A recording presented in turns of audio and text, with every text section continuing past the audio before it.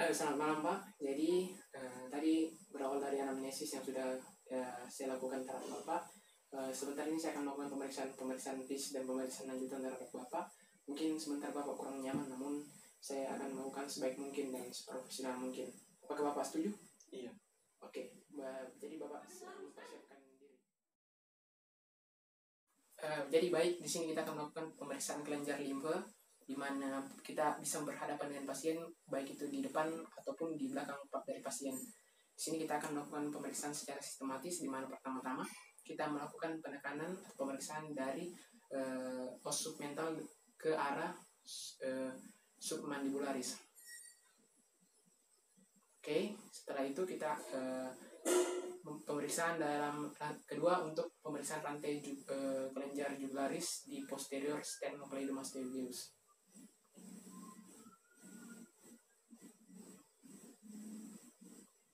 Baik, selanjutnya kita palpasi di bagian kelenjar limfe aksesorius di bagian otot trapezius, musculus trapezius.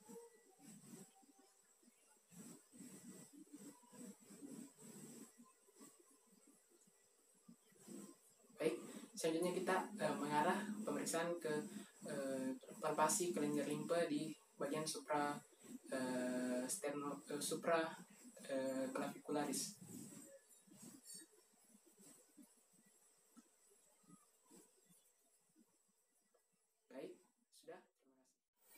Baik Pak, dari hasil pemeriksaan tadi kelenjar limfe saya mendapatkan hasil interpretasi dari hasil pemeriksaan saya bahwa terdapat benjolan pada jugularis profunda di bagian superior. Ini ukuran itu sekitar 5 x 4 cm dan terfiksasi dalam pemeriksaan itu rata dan tidak ada nyeri sama sekali. Warnanya itu sama dengan warna di sekitar. Mungkin itu saja. Baik, di sini saya akan menjelaskan sedikit tentang pemeriksaan fisik THTKL. Di mana langkah-langkah pemeriksaan yang kita akan lakukan itu pertama-tama mencuci tangan rutin sebelum melakukan pemeriksaan. Selanjutnya kita pasang lampu di kepala dengan tepat pada daerah glabella atau sedikit miring ke arah mata yang lebih dominan. Terus kita fokuskan cahaya lampu diatur dengan ke arah telapak tangan yang diletakkan kurang lebih 30 cm dari lampu kepala. Dan kita mengatur posisi duduk pemeriksa dan pasien masing-masing saling berhadapan dengan sedikit menyerong. Kedua lutut pemeriksaan dirapatkan dan ditempatkan berdampingan dengan kaki penderita. Selanjutnya spekulum hidung dipegang dengan tangan yang dominan, baik mungkin kanan atau kiri. Dan selanjutnya spekulum digenggam sedemikian rupa sehingga tangkai bawah dapat digerakkan bebas dengan menggunakan jari tengah, jari manis dan jari kelingking. Jari telunjuknya itu digunakan sebagai fiksasi di sekitar bagian hidung. Selanjutnya itu lidah spekulum dimasukkan dengan hati-hati dan dalam keadaan tertutup ke dalam rongga hidung.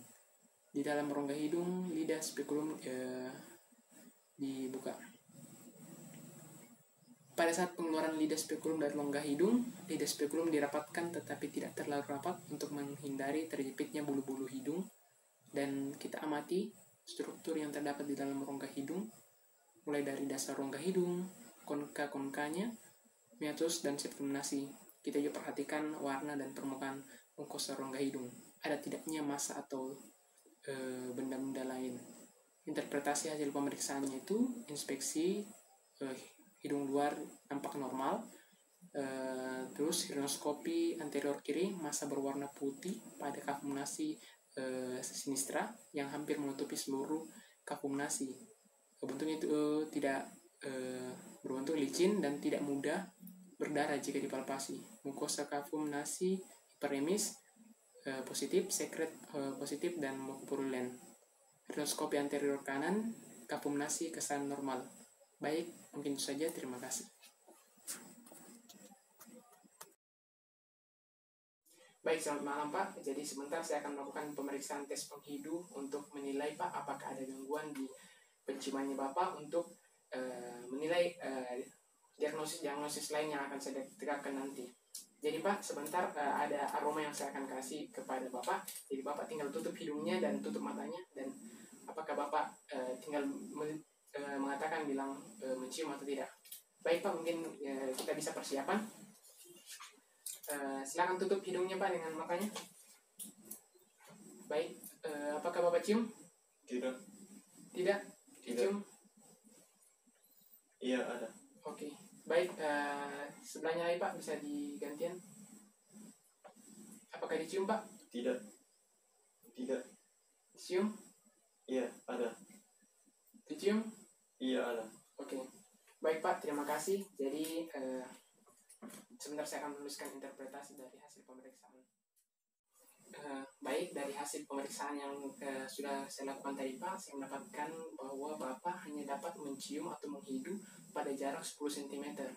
Dan diagnosis paling yang saya tegakkan itu bisa jadi polip nasi, papiloma, corpus adeneum, atau tumor hidung. Jadi nanti sebentar mungkin akan ada pemeriksaan lainnya yang akan kami lakukan. Terima kasih.